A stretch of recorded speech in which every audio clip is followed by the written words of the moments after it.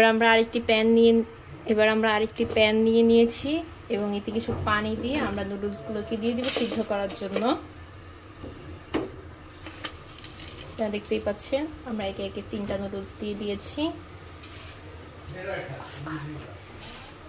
এবার আমরা এখানে কিছু black pepper, red chilli powder, sugar এবং চিলি ফ্লেক্স এড করে নিয়েছি।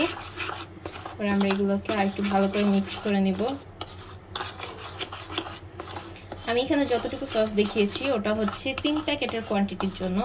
আপনারা যদি প্যাকেট বাড়ান নুডলসের তাহলে সেই হিসেবে সসের কোয়ান্টিটিটাও বাড়িয়ে নেবেন, আর যদি কম হয় তাহলে কমিয়ে নেবেন। তো এই সসে এবার আমরা একটু রেড চিলি অয়েল অ্যাড করব। ভিউয়ার্স, আপনারা দেখতেই পাচ্ছেন আমার নুডলসগুলো সিদ্ধ হয়ে গিয়েছে।